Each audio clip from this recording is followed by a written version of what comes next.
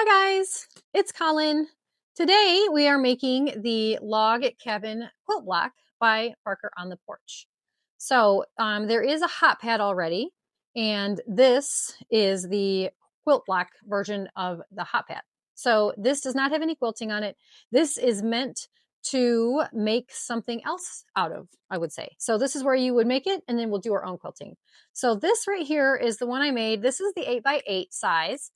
I like this size. This is good for certain, throw pillows if you're going to do like a 4-patch kind of thing, or if you wanted to quilt your own hot pad and bind it and stuff, this would be the right size for that. There's a lot of different things for a table runner, maybe, that would be nice. A lot of different things that you could do with this. So this is our sample today that I made yesterday. And then we're going to make the 10x10. So this is a bigger hoop. I try not to use this when I make videos for you guys because it doesn't fit in the camera screen quite as well. But we're making the 10x10 today because next week's video is going to be us making the throw pillow cover that Jen made in her reel the other day. So that's going to be really exciting. But we're going to make that with a 10x10 base here. So that's what we're going to make in the hoop today. For this project, I have tearaway stabilizer in my hoop. I have already run the first color, which is the placement stitch right here. So you can see, hopefully, that I have run the placement stitch. So that shows us where all of our fabric will go. So in my example here, you can see that we start with the square in the middle.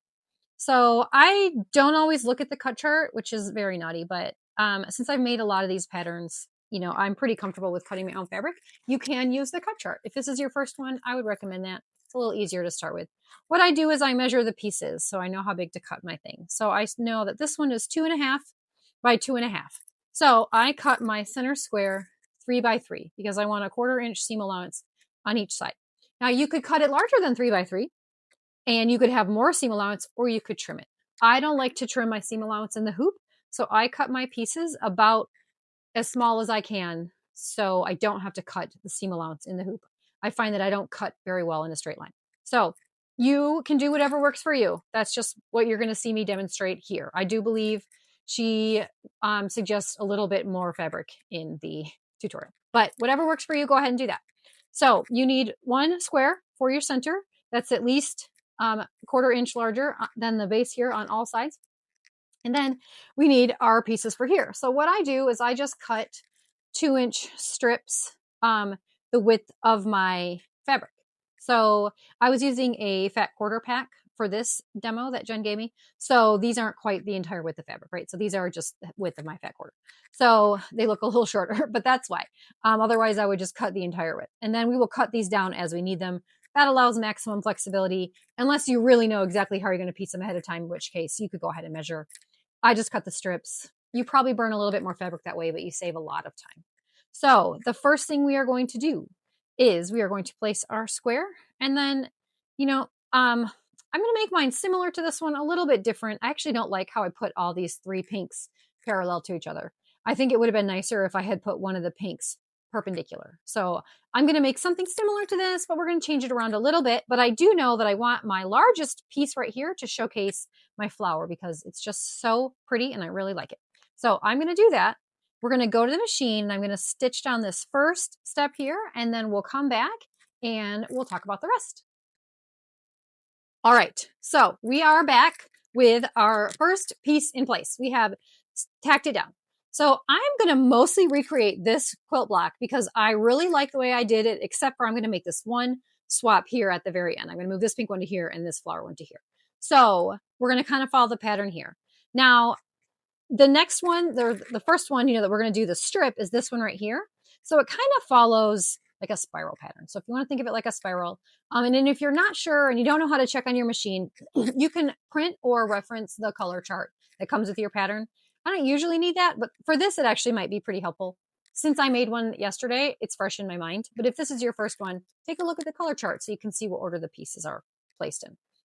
This is the first step here. So what I'm going to do is I'm going to take my fabric and I'm going to see how long it is. So here, it's about, that's about 3 inches, right? So let's see here. 2.5. Yep, so our piece is 2.5. So I want to make sure that I cut my strip 3 inches long. So I actually happen to have one that's already 3 inches long. So I'm going to cheat a little bit and use that. But what we're going to do first is we're going to place it right here. Okay, I'm going to go to the hoop. I'm going to stitch it down and then we'll keep moving. Okay, we have pieced our first piece here, right? So I have stitched it here. So you can see hopefully there that I have stitched it down, and then we're going to flip it over like this. So you want to kind of go ahead and finger press that there. And then you can go ahead and use tape or not. That's up to you. Honestly, I don't typically use tape. Today I'll use tape just so you can see that I have taped it down. So the next stitch is going to stitch this down like this. So I'm going to do that, and then we'll come back and we'll place our next piece. All right, so we have tacked down our first full strip here. I'm going to go ahead and take that tape off. I'm going to set it aside just in case I want to use it again. This tape doesn't need to be super sticky like it does when you're, taping on the back of your hoop or something. So our next piece is this one. So the two ways that we could do this are either by measuring this piece right here and saying, oh, it's almost 4 inches. So I'll cut it 4.5 inches, or we can do the slightly easier cheater method and just line up our strip here. I don't want to use the selvage, so I'm going to use this end and just kind of line up our strip here and then cut it. So I'm going to do that for the purpose of this video. It is nicer sometimes if you use the rotary cutter, but that's fine. So we're going to go ahead and line this up right here. Okay, so I'm going to go back to the hoop. We're going to stitch it down, and then I'm going to go ahead and flip it. And then when I come back, I'll have these 3 all the way sewn down. So give me just a second. All right, so we have placed our third full piece here, our second strip, and now we're going to go on to here. So it does kind of go in a spiral there. That's the easiest way that I have to remember it. So I'm going to go ahead and I'm going to cut my piece. And again, this may not be the method for you. Maybe you want to pre-cut all yours. If you were doing a lot of these right in a row, like you were making a quilt or something, then yeah, I'd probably take measurements and then write them down and do that. But since I'm just doing this one and then, to get ready for our video next week, this will be fine. If you were going to make 20, I'd probably do it differently. But we're going to go ahead, place this here, stitch, and flip. And then I'm going to do the next several before we catch up to finish at the end.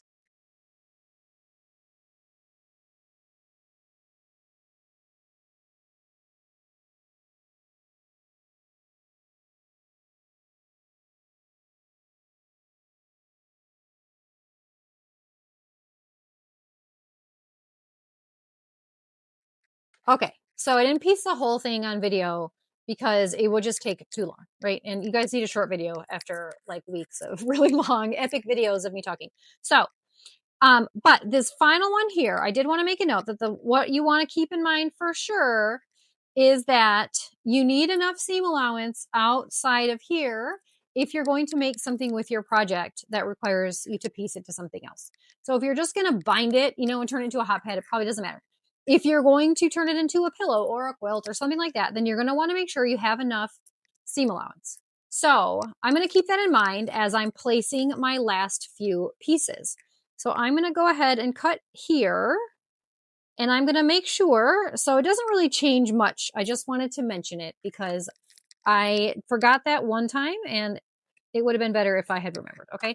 So what we're going to do is I'm not going to place it. So I'm actually going to trim this down a little bit, even though I hate to, so that you won't see this extra fabric through my seam allowance. Because that's what I don't like, is when you see the lower fabric through the seam allowance. So let me I know I'm super nitpicky, but all right. So I'm going to trim this down, and you can tell I totally butchered it. Look, see, that's why I don't do that. But for this last one, we're going to make an exception because I don't want to push it down too far, right? Because then when I flip it over, I won't have enough seam allowance out here. You could cut wider strips. That would be one way. Or what I'm going to do is I'm just going to use a little bit less of a seam allowance here. Stitch, flip, stitch.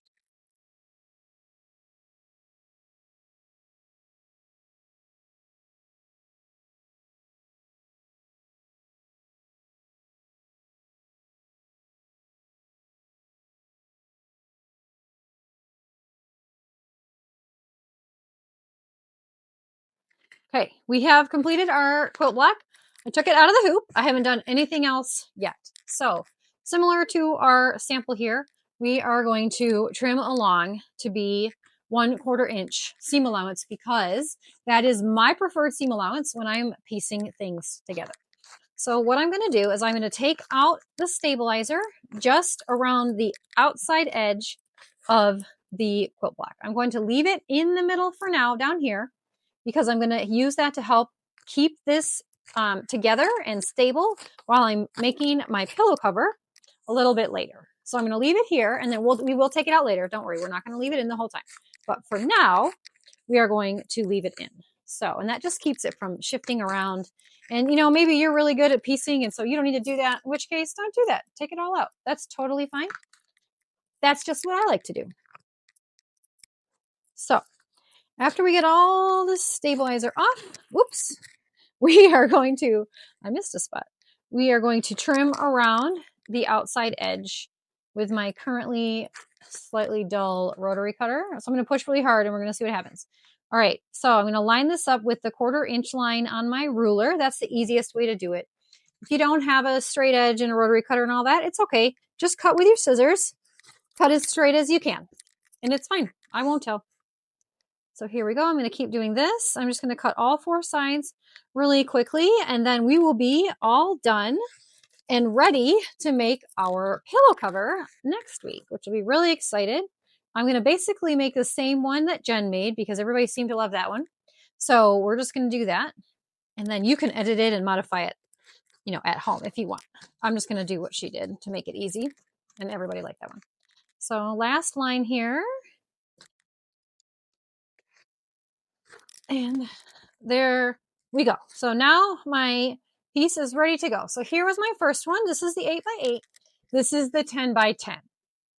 Tomorrow, next week, not tomorrow. I'll be busy tomorrow. Next week, we will turn this into a large pillow cover and I'm pretty excited. So thank you so much for sewing with me today. I hope this was helpful as you wrap your brain around all these complicated pieces here. It's really simple. Once you make the first one, you'll be good to go. Thanks again for joining me, and I can't wait to see what you make.